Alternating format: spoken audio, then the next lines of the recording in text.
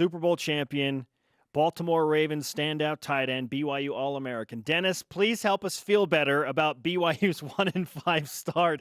Where does it get better, man? Well, it's been a difficult road, to this point in the season. But I think you guys need to look at each other and start taking accountability for what's going on, because you're pointing fingers at everybody else, but you're just as much part of it as anything. You guys talk about this BYU karma that you give off, and I haven't seen that thus far in the season. So start looking in the mirror, Jerem and Spencer. Fair enough. Hey, I will say this. We didn't have the opportunity to give out the BYU Sports Nation karma to any football players last week. We did give it to Corbin Kaufusi before Utah State, and he balled out. He had a sack. So you need to go give it to the whole team is what you need. We talked to Joe Critchlow this week, by the way. So maybe a preview of things to come in Starkville. If he plays, hopefully he plays well. Yeah. Hopefully he doesn't come in down 24. Hopefully it won't come to that. Hopefully he doesn't have to play, but we'll see. Let's go back to your freshman year, okay? 2004, you're 2-4, so just one game different. After a loss to UNLV at home, I imagine that was tough at the time. You guys win the next 3 games. How did you turn it around? How did you keep the locker room? How did you keep the chemistry strong and turn that thing around? Well, when you look back at that year, I think it had some similarities to what we were seeing this year, because we had an early part of the season. And, we played the number 1 team in the country, USC, at home. We played a good Notre Dame team, which we actually beat at home the first game. And I mentioned last week we played Boise State, which Boise State ended up being a top 10 team that year and barely lost on a field goal. So, we were sitting at 2-4, but we knew we were better than what we were sitting at. And Austin Collie and I, we were just freshmen on that team at the time, but we always joke we had the best, most talented 5-6 team that year in the country, because you look at that team, we had talent all over the board. You talk about Brady Papinga, Aaron Francisco, Austin Collie, Todd Watkins, John Beck at quarterback, and just so many different players. A lot of us were young at the time, but we had a lot of talent and ability. It just kind of, the schedule didn't set up right, and for a variety of reasons, we found ourselves at 2-4, and a big part of that, and what you kind of see this season as well, was quarterback issues. We had, some injuries, and so John Beck got hurt early on in that season. Matt Berry came in and played. He got hurt. Jason Beck had to come in, I think, against the Stanford game. And, just wasn't like we see as a third-string quarterback. You're just not ready for those moments. And so that was our struggle early on. And then we kind of got healthy again, got settled at the quarterback spot, and went on a little bit of a run there, but still, ended up, I think, 5-6 on the year. So there's some similarities there, but, we'll see what this team can do going forward. Dennis Pitta with us on BYU Sports Nation. BYU staring down another difficult opponent in Mississippi State. 3-2, the Bulldogs have a stout defense. There's going to be plenty of cowbell there. What would define improvement for BYU against Mississippi State on Saturday morning? Is that their thing, the cowbell? Yes. Is that what they do? Bruce Dickinson. Yeah. Well, he's a heck of a guy. So you look at this matchup, and what's the spread? I think it's up to 24 now. Up to 24. Something like that. I mean, here's the expectation. Beat the spread, in my opinion. Don't lose by 24 or more, and I think you'll be okay. But I think it's unrealistic to think that we're going to go in there and win this game, especially with all that we've gone through this season, the controversy at quarterback. And going into the season, did we ever think there would be a quarterback controversy on this team? I mean, no. And in reality, there is. We don't know that Tanner's the guy. He hasn't proven that thus far this season. I know there's been health issues and all that, but even when he's been healthy, and even last game, he was mobile enough to do what he needed to do. It just didn't work, and it didn't look like it needed to look. And so you do have quarterback controversy going on, and so many different factors. And I think it's unrealistic to think that we can go in there and win. But like any BYU fan, I want to see it be competitive. Let's beat the spread. Let's make this a game that at least goes down to the fourth quarter and something we can cheer on and have fun with. So we'll see. Dennis, I think it's a weird situation because BYU's 1-5. They're a 24-point dog. They're probably going to be 1-6. Yet we're looking at quarterback, and we're still figuring out who's the guy. So what do you think that situation is like this week for BYU? Because the likelihood of Tanner Mangum having success and showing improvement is small, right, against Mississippi State. Yet, kind of fans want to see what Joe Critchlow can do. But to me, this isn't the game for that. That's next week against East Carolina. Yeah, you're exactly right. I think you'd be doing Joe Critchlow a disservice to throw him in there against Mississippi State this week.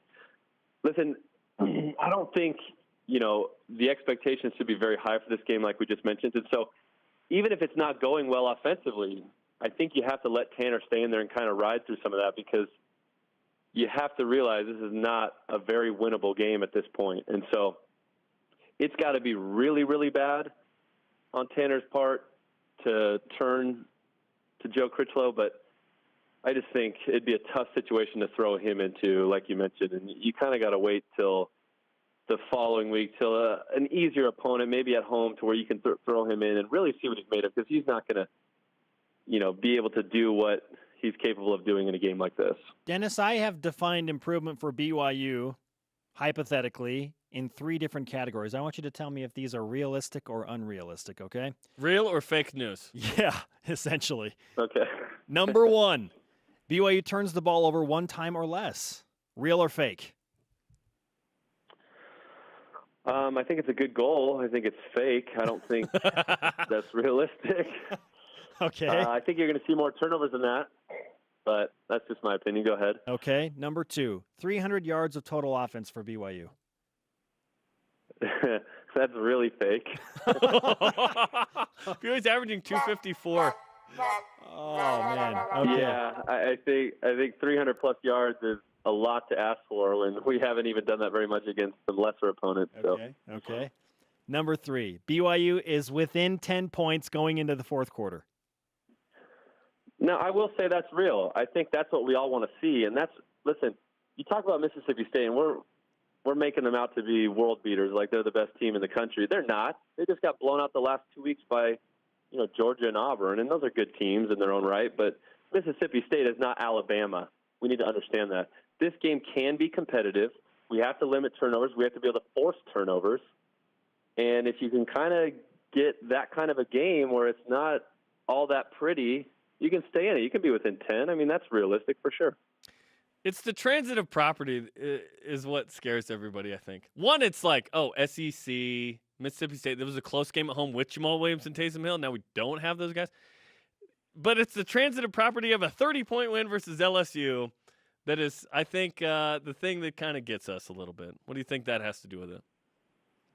Well, yeah, you saw this Mississippi State team blow out LSU, but you also saw Troy beat LSU. And, it's just – that's college football. I don't think you can stack one win against a team versus another. That's just not realistic in football. This is an average SEC team, in my opinion. And, yes, they're more talented and better than us, but let's not act like, there's no way we can win. I don't think we'll win, sadly, but there's always a chance. You get a couple turnovers, you win that turnover margin, and anything can happen. But, you have to be able to run the ball, which I think will be a struggle because, they're going to be stout up front. But if we're able to do that and muddy it up a little bit, I think we'll be okay. What gives you hope that there is a chance? Very little, but like I said, this is a team that they do have a good quarterback, and I really like what he's been able to do. He's mobile, he makes plays.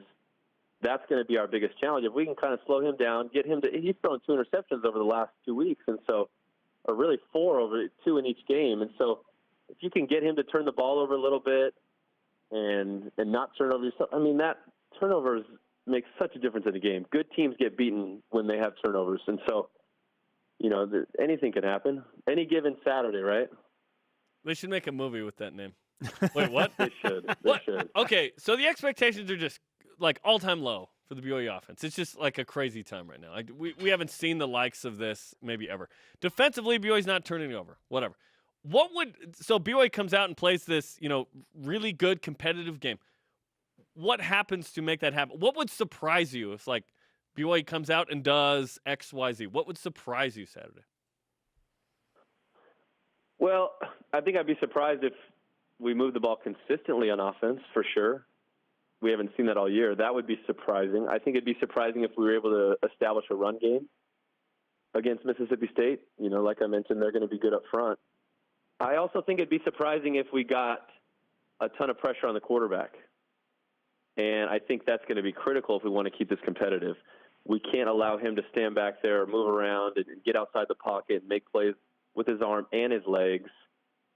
So I'd be surprised if we were able to put a lot of pressure, establish the run game, do those kind of things that constitutes winning football.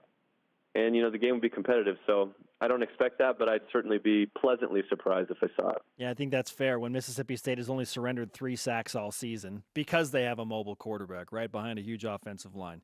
Dennis, great stuff, man. We appreciate the time. We hope that your budding broadcast career is going swimmingly. And I know Jerem's sweating just a little bit more, man. I am not.